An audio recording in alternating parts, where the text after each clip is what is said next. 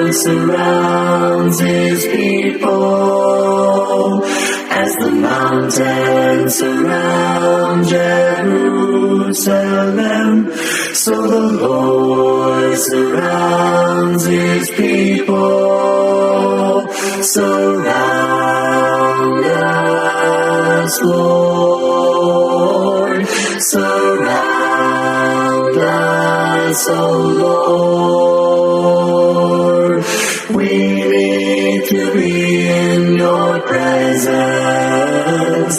Surround us, Lord, as the mountains surround Jerusalem, so the Lord surrounds his people, as the mountains surround Jerusalem,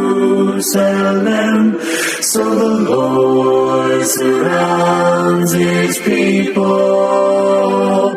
Surround us, Lord, surround us, O Lord. We need to be in your presence. Surround us, Lord, surround us, Lord, surround us, O Lord. We need to be in your presence. Surround us, Lord, surround us, Lord.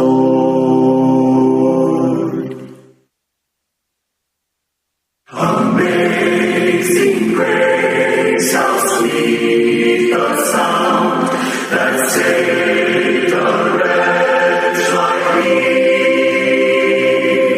I once was lost, but now I'm found.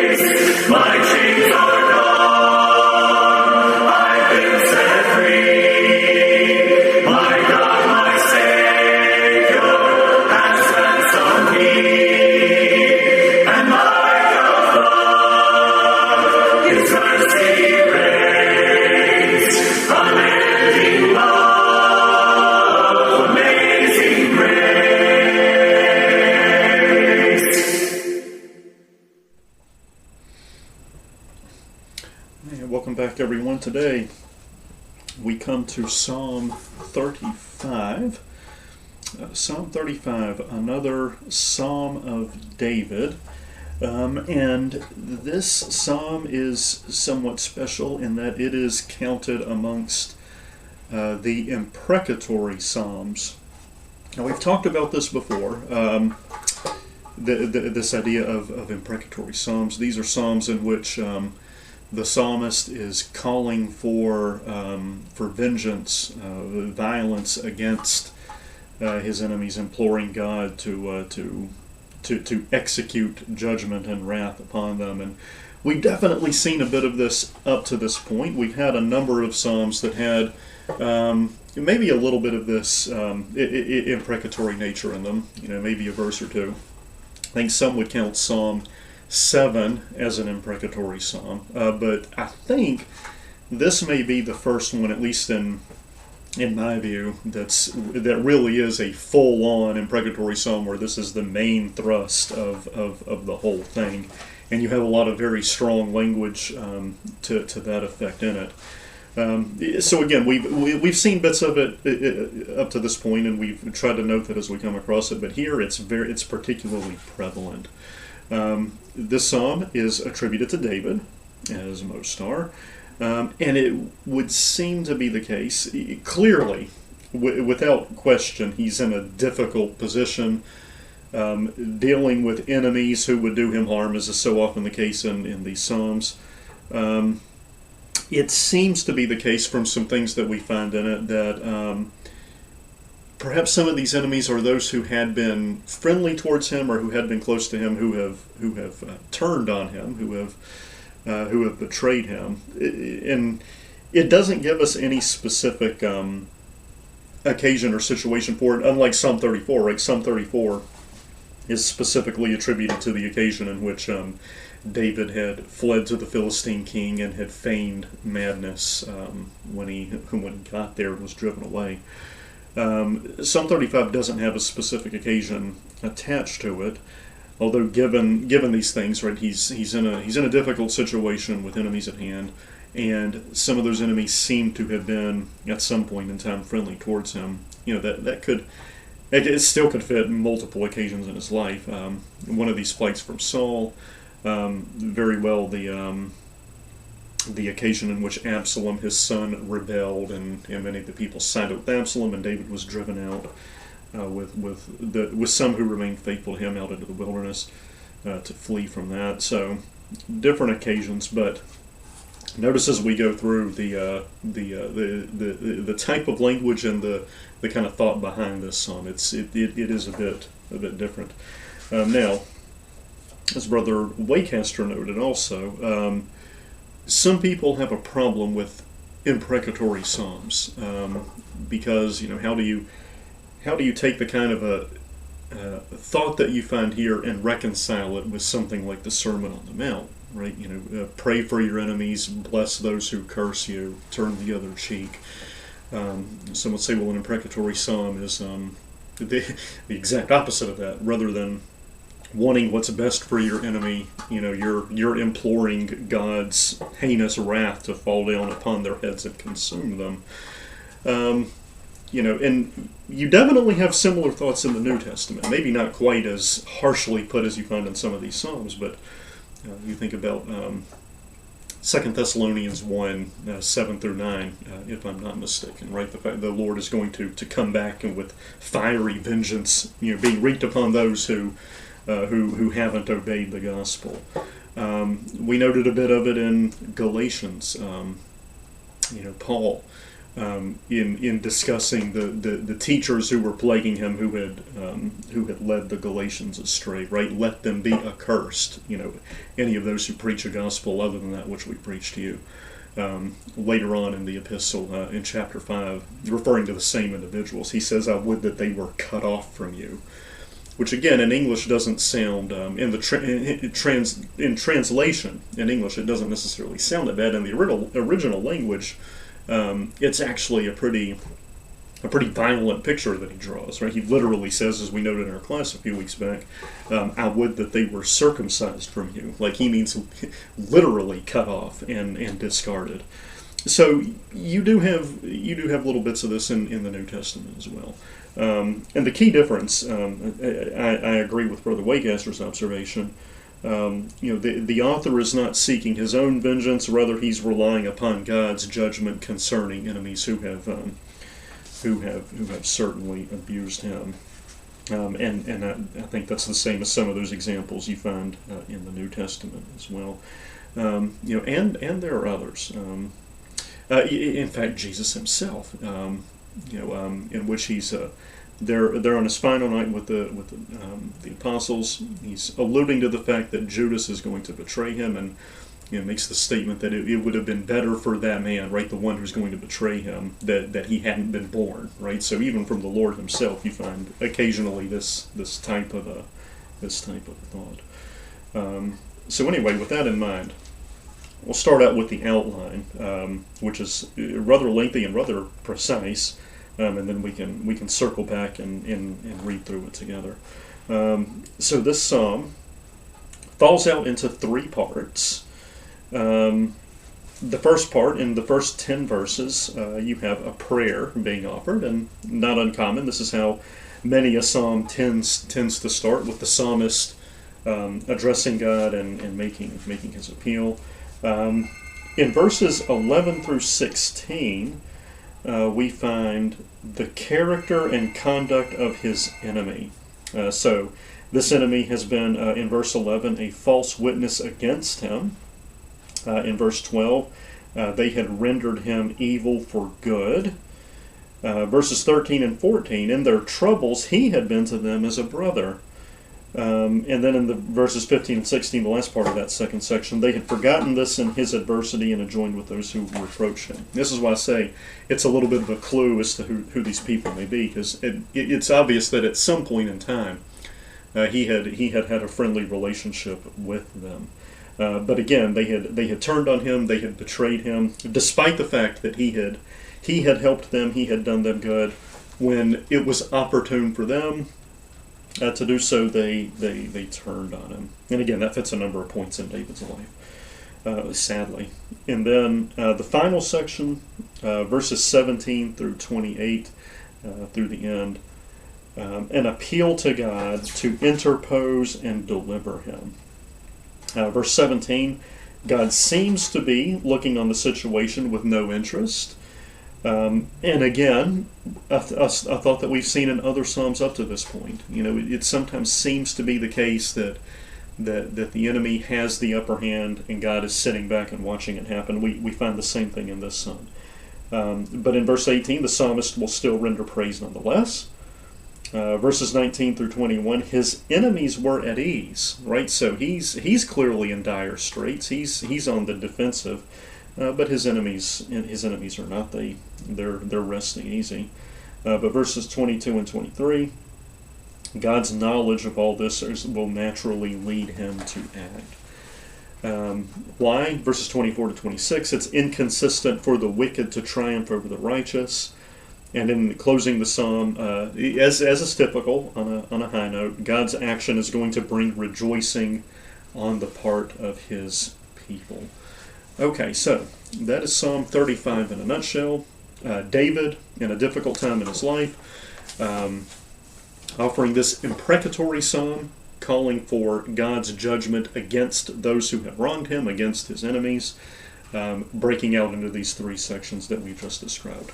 So let's read through and then note a couple of the lessons that we can take from it at the end.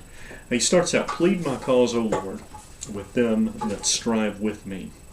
Fight against them that fight against me. Again, somebody may hear this and think, that sounds a little bit different from the Sermon on the Mount, but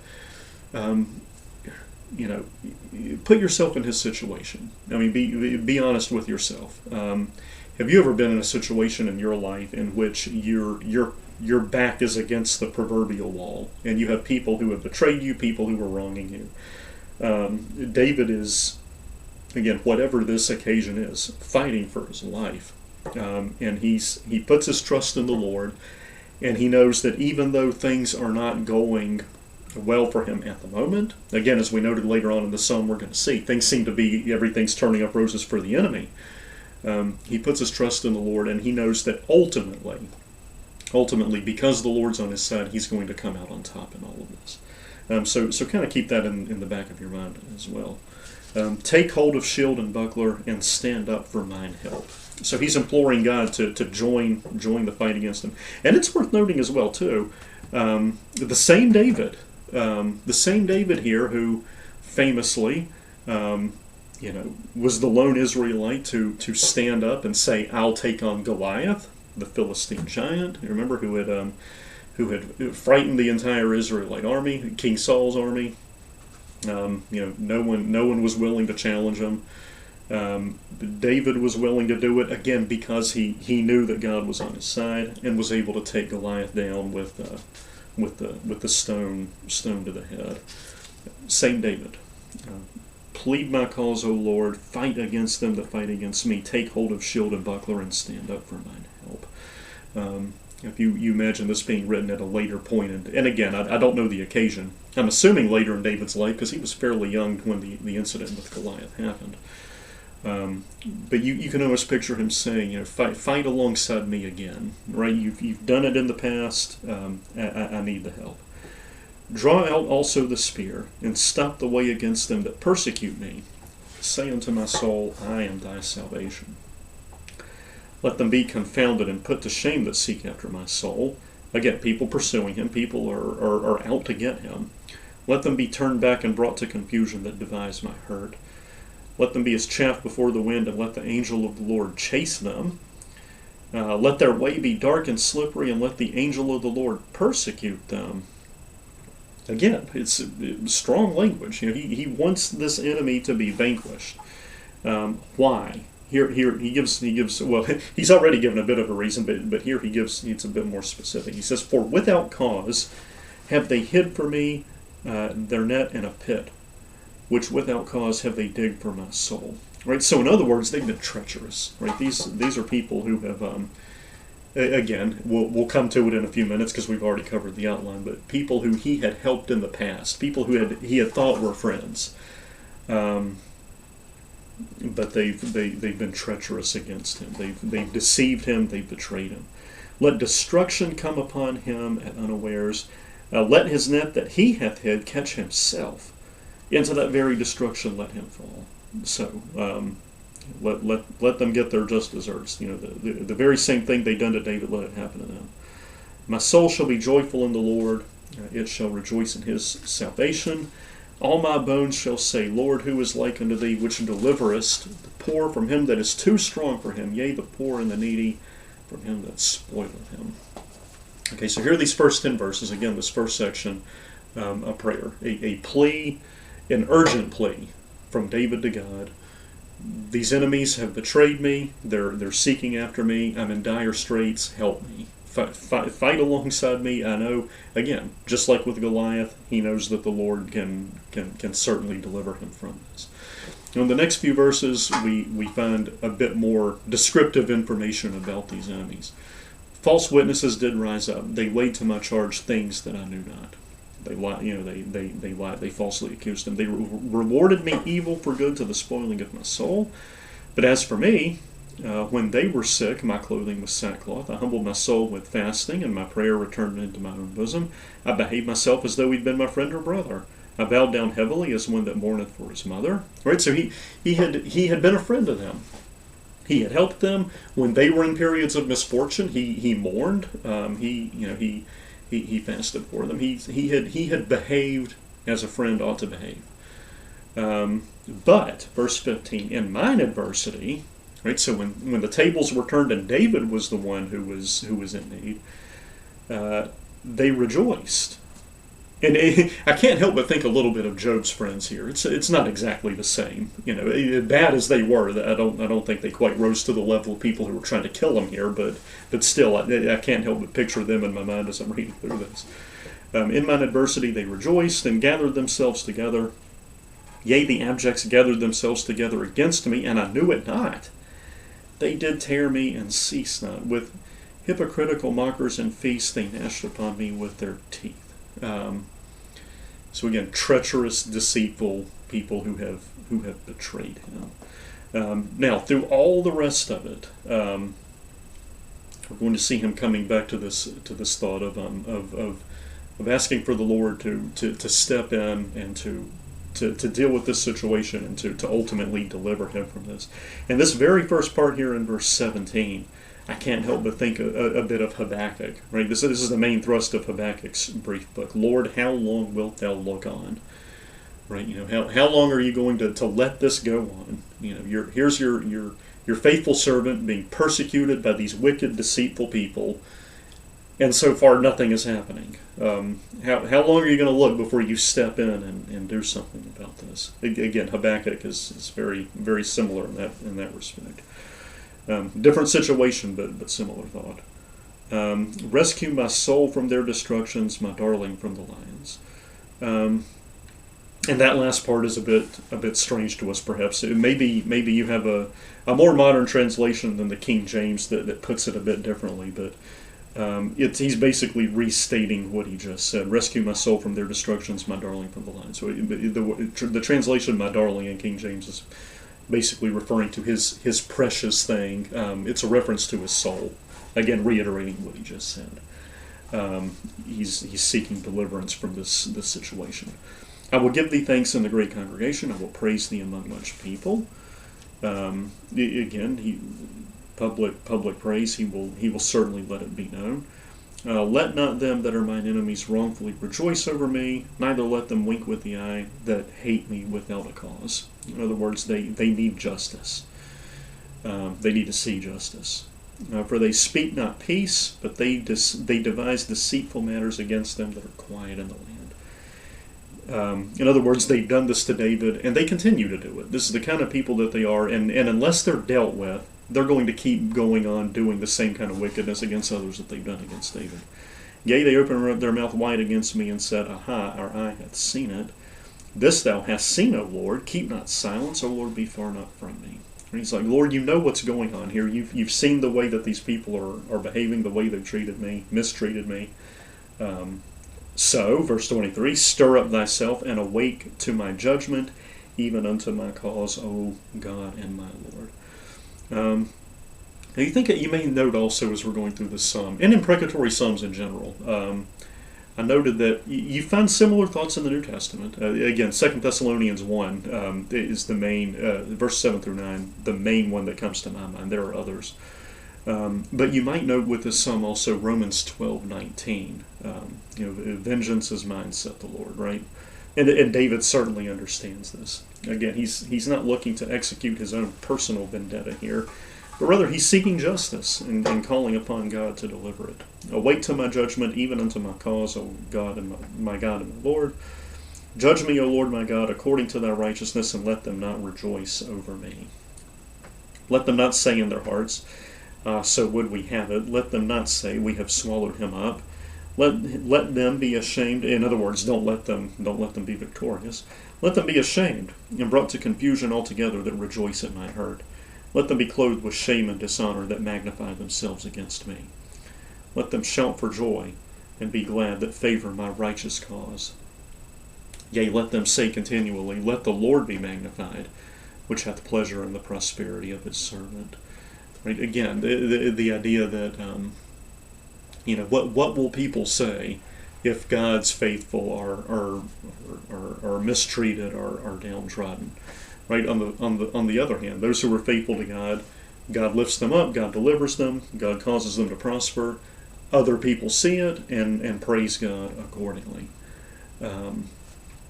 The final verse, and my tongue shall speak of thy righteousness and of thy praise all the day long. Right, so he knows, he's confident, he's ultimately going to be brought through this. God is going to deliver him. And he closes this psalm, again, as so many psalms tend to do, on a high note, singing God's praises. So a couple of lessons here. I think they're fairly obvious. The Christian, just like the psalmist, is bound to face persecution by his enemies. John 15, 2 Timothy 3:12, and about a bazillion others. Right? Christians are going to face hard times because they're Christians. However, since that's the case, we have verses to note like 1 Peter 4:16 that children of God must be ready to suffer persecution. Right? You know it's coming, so be prepared to face it. Right? And Psalms like this, I think, can certainly help in that respect. Certainly realizing that throughout human history, you may personally feel alone, but if nothing else, you have David and others who have gone before, who have found themselves in similar situations and yet kept the faith. Number 2, it is right and proper to pray for destruction of the wicked and overthrow of their evil schemes. In other words, for justice and righteous judgment to be done. Yet again, probably the fourth or fifth time I've noted it, 2 Thessalonians 1, 7 through 9. And then when this life is over, God is going to be the one who is victorious. However things shake out in this mortal, temporary world, in the short run, in the long run, God is going to be victorious over all. And those who have walked by his side, like David, are going to enjoy the rewards of victory as well. So whether it's in the short run or the long run, God's people come out on top. And as we noted when we covered the book, that's the point of Revelation, right? The very final book in the Bible, at the end of the New Testament, God wins. And because God wins, God's people ultimately win, despite the persecution they may suffer in this world. So that is Psalm 35. Again, if I'm not mistaken, our first full-blown imprecatory psalm. So we will continue, Lord willing, next week with Psalm 36 and make our way through yet another Psalm of David. Thank you very much for your attention today.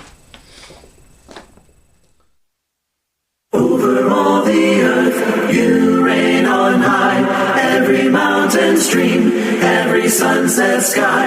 But my one request, Lord, my only aim, is that you reign in me again. Lord, reign in me, reign in your power, over all my dreams, in my darkest hour. You are the Lord of all I am, so won't you reign in me again? Over every thought, over every word, may my life reflect the beauty of my Lord, 'cause you mean more to me than any earthly thing. So won't you reign in me again? Lord, reign in me, reign in your power, over all my dreams, in my darkest hour. You are the Lord of all I am, so won't you reign in me again? Lord, reign in me, reign in your power, over all my dreams, in my darkest hour. You are the Lord of all I am, so won't you reign